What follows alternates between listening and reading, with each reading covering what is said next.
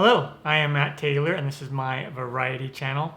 Today I have a short little tutorial for you. I'm going to show you how to clear your browser cache on Chrome.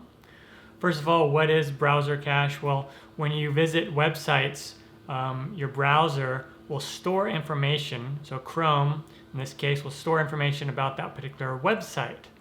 And it does this so it can load faster next time you visit that website. But what can happen is sometimes if something changes to the website or it doesn't load properly and is not showing correctly, a lot of times it has to do with the browser cache because it's still looking at that previous information or that stored information and it hasn't updated it. So what you want to do is you clear your browser cache and then you go to that website again and it should show properly any updates, things like that happen to the website. So it's really easy to do. Let's get started. All right, here we are on the computer and I have Chrome open, just the Google homepage here. Now what you'll do to clear the cache is you come up here into the corner, these three little dots up in the top right corner, click on that. Go down to Settings.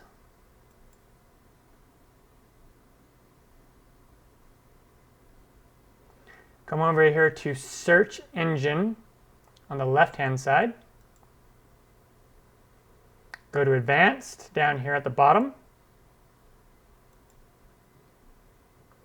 And now we find Clear Browsing Data. And then now this is where you can clear your browsing history, cookies and other site data, and the cached images and files. So just go ahead and click Clear Images. And I see there's 320 megabytes there. That's a lot. I haven't cleared this in a long time. So just go ahead and hit Clear Data. And let it do its thing.